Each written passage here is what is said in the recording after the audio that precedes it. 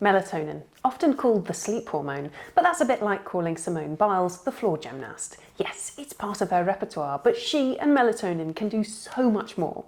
In an attempt to do this super hormone justice, this video series is in 3 parts. In this video, find out why sleep isn't melatonin's main discipline, why in the Hormone Olympics it is at least a decathlete, plus how you can protect your body's natural melatonin production.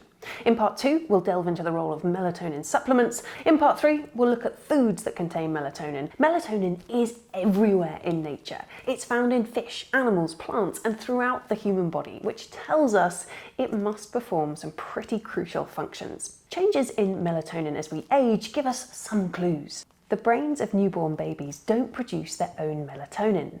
As new parents are acutely aware, they will sleep, wake, feed, and cry at any time of day or night. They may get some melatonin from their mother's nighttime breast milk, which can help them fall asleep faster. From around 2 or 3 months of age, the brain starts to produce melatonin at night. Production increases rapidly throughout childhood, peaking before puberty, when it takes a bit of a dip and then gradually declines. Melatonin levels fall rapidly after middle age. Spoiler alert, the natural decline of melatonin from your 40s onwards coincides with more disrupted sleep patterns for men and women, and the onset of a whole bunch of chronic illnesses. We definitely can't blame melatonin for all of this, but as we'll see, melatonin does have some pretty potent anti-aging effects. The melatonin involved in regulating our sleep-wake rhythm is produced by the pineal gland, so called because it looks like a teeny tiny pine cone deep in the middle of the brain. It may be small, pea-sized, but it packs a powerful punch. The starting building block of melatonin is tryptophan, an essential amino acid from the protein in our diets. A series of enzyme reactions in the brain convert this to other molecules you may have heard of, 5-HTP or 5-hydroxytryptophan, and serotonin. But it's the pineal gland which contains the enzymes we need to convert serotonin into melatonin. In nature, after sunset, as daylight wanes, light-sensitive cells at the back of the eye send a message to a master clock in the brain called the suprachiasmatic nucleus, or SCN, that it's getting dark. The SCN relays a message via the hypothalamus and the spinal cord, telling the pineal that it's go time. When the lights are low, it's time to switch on melatonin production. Melatonin is often called the hormone of darkness. Stay tuned to find out how dark it needs to be. The tiny pineal gland is too small to store melatonin, so it releases it straight into the cerebrospinal fluid, from where it seeps into the bloodstream and zips around the brain and body. It gets broken down by the liver and excreted by the kidneys. So we can measure circulating melatonin in the blood, measure its metabolites in the urine, or even measure it in saliva. Our daily 24-hour rhythm, or circadian rhythm, of melatonin in the blood looks like this. If you avoid artificial light, melatonin levels will start to rise around 2 hours before your usual bedtime, and they keep on rising while you sleep, peaking between about 1 and 4 a.m. in the morning. After dawn, bright morning light is the signal to switch melatonin production off. The half-life of melatonin is less than an hour, so it gets broken down pretty quickly, and daytime melatonin levels are very low. If you're thinking that the shape of melatonin's daily rhythm looks familiar, you might be thinking of core body temperature. The two profiles are basically a mirror image, and that's because one of melatonin's functions is to signal the hypothalamus to reduce body temperature in readiness for sleep. When it comes to sleep, melatonin performs a cueing or signaling function. It gets the word out that it's time to prepare the brain and body for sleep, including lowering temperature and blood pressure.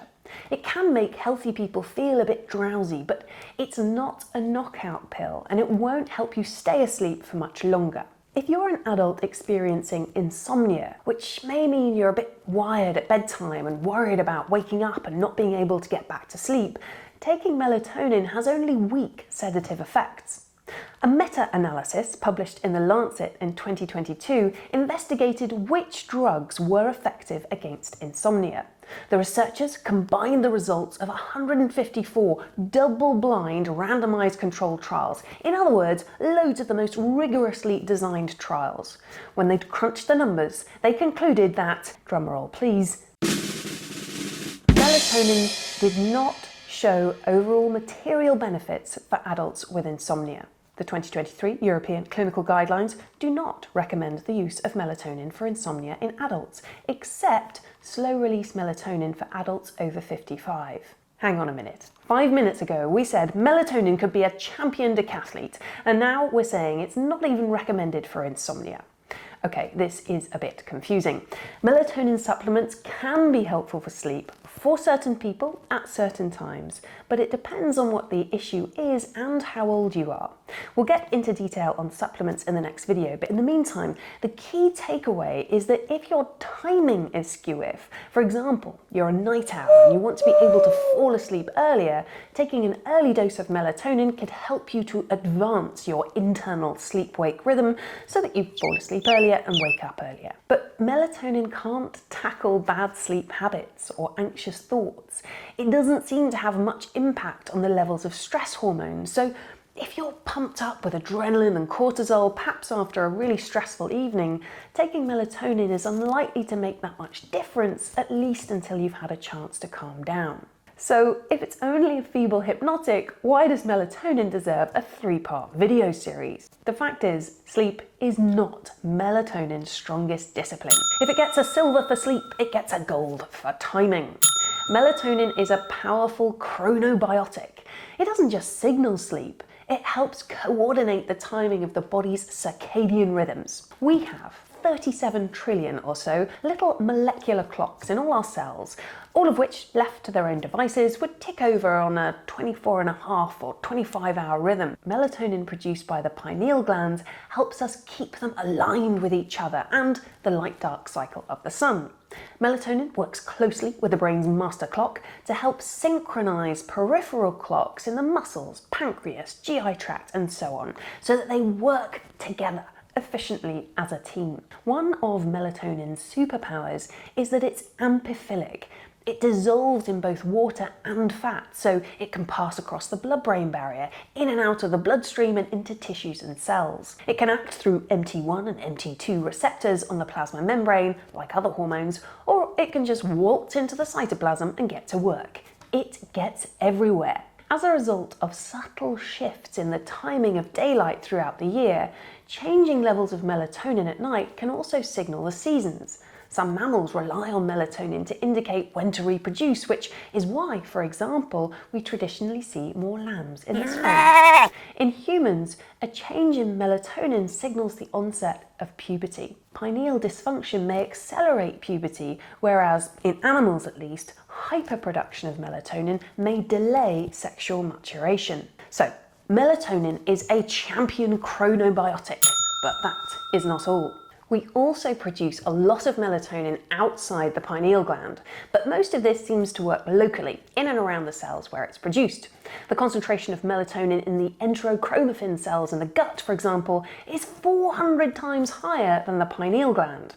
Melatonin has also been found in the retina in the eye, the skin, kidneys, spleen. In fact, it may be that every cell in the body with a mitochondrion, an energy-producing battery, also produces melatonin. Why? Melatonin is a potent antioxidant. This means it mops up destructive reactive oxygen species like a sponge, protecting lipids, proteins, and DNA from oxidative damage. As we age, we can lose our ability to fight the effects of free radicals, resulting in more oxidative stress and damage to cells, accelerating aging and increasing the risk of degenerative diseases. One melatonin molecule can scavenge up to 10 free radicals, making it one of the most powerful natural antioxidants. As well as its gold medal-winning antioxidative capabilities, melatonin is also an anti-inflammatory agent. You've probably heard of inflammaging. Pretty much every age-related disease seems to be spurred on by the damaging effects of inflammation, where the body's own immune defenses start to cause problems for healthy cells. Melatonin has both acute and chronic anti-inflammatory effects, as well as keeping the immune system in check. In COVID-19, for example, some small short-term studies suggested that melatonin helped to protect against the cytokine storm, a massive overload of destructive inflammatory cytokines which caused sepsis and multi-system organ failure. Patients taking melatonin showed faster recovery, a lower chance of being admitted to the ICU, and lower risk of death. Melatonin has also been used to reduce the severity of symptoms of chronic inflammatory conditions like IBS and autoimmune conditions like multiple sclerosis. It's certainly not a primary treatment for any of these conditions, but it can help to improve outcomes. If melatonin were here, it might be embarrassed by all this hero worship, so I'm going to keep the remaining medal roster pretty tight so we can get on to the important bit, how to get more of it. But a few more of its many talents worth flagging. Melatonin is being investigated as an anti-cancer agent. This is mostly because of the attributes we've already discussed, but it also seems to have some tumour suppressant qualities, at least for breast and prostate cancer. Melatonin also regulates apoptosis, a type of programmed cell death, which is a key feature in some cancers and neurodegenerative diseases such as Alzheimer's disease. Melatonin can interfere with mitochondrial cell death pathways and activate survival pathways, giving it anti-apoptopic and neuroprotective effects. It could be that reduced secretion of melatonin with age increases our vulnerability to these conditions. Other special mentions for melatonin, which are still active areas for research, include improving blood sugar management, the lowering of blood pressure and protecting the heart, increasing bone density, supporting fertility and healthy pregnancies, the regulation of estrogen and maturation of the gonads, the relief of headaches and migraines, reducing skeletal muscle frailty and prolonging physical performance, and supporting gut motility and the microbiome. Remarkably, this is by no means a comprehensive list of melatonin's potential benefits, but what is pretty clear is that supporting the pineal gland's natural daily rhythm of melatonin production is not only going to help sleep, but could have a raft of health protective effects. So, how do we do that? How do we naturally get more melatonin? A recent review suggested a comprehensive nutrition and lifestyle approach to optimizing melatonin, the core foundation of which is darkness at night. I would add to this protecting time for at least 7 hours of sleep each night, since this is when the bulk of melatonin is produced, and maintaining a regular sleep-wake rhythm. The opposite of this is working night shifts, where you have irregular rhythms and exposure to light at night, which significantly lowers melatonin levels and increases vulnerability to chronic diseases. Various studies have tried to measure exactly how much light you need to suppress melatonin at night. And like all good scientific questions, it depends. The brighter the light, the bluer the wavelength, and the longer the exposure, the more you'll suppress melatonin. There's a lot of natural variation in our sensitivity to light at night. Even eye colour can make a difference, with lighter blue and green eyes more vulnerable than dark brown eyes. Exposure to 30 lux, which is like a dim living room, for 30 minutes can still suppress melatonin significantly. Staring straight at a tablet or laptop screen with a white background can be around 80 lux, so yes, working late at night with a bright screen can suppress melatonin. But some studies have found that it can take an hour or two of exposure to make a big difference to melatonin at that intensity. So 10 minutes of looking at a screen to watch this video late at night is not a deal breaker, but if it's after 9 o'clock, it might be time to turn it off in a few moments. Keep in mind that screen time could still suppress melatonin even though it may not have much impact on your sleep. So for example, Chang and colleagues compared reading an ebook, like a Kindle, with a printed book for 4 hours before bed. The light-emitting ebook suppressed melatonin levels by 55% and delayed melatonin onset by an hour and a half. Wasn't that bright, only 30 lux, but it was a prolonged exposure in the evening.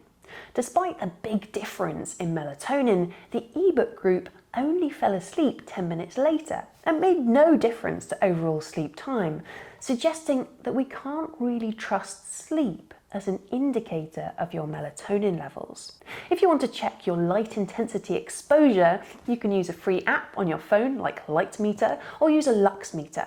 Or you could use nature as a guide. Is your inside environment brighter than outside? Going camping away from electric light can bring the timing of melatonin onset forward by several hours within a few days. So what are the takeaways for natural melatonin production? Protect time for sleep, ideally 7 hours or more. Stick to consistent sleep timing as often as possible. Dim the lights and limit screen exposure after sunset. Keep your bedroom as dark as possible with blackout blinds and/or use my favourite sleep hack, a simple eye mask, which has been found to increase melatonin in light and noisy environments. Finally, in the morning and during the day, get as much natural light as possible. Bright light will banish lagging melatonin and wake you up. It will synchronise your daily rhythms and mean the brain is ready to start melatonin production again 14 or so hours later. Greater light exposure during the day can also make you less sensitive to the melatonin suppressing effects of artificial light exposure at night. Okay. That's it for part 1. In summary, melatonin is impressively awesome, and it really is worth protecting the natural activity of your small but mighty pineal gland. Next time, we'll look at the pros and cons of melatonin supplements for adults and children, focusing on their role for sleep and jet lag. Please subscribe if you're interested in the next instalment. In the meantime, thanks for listening and sleep well.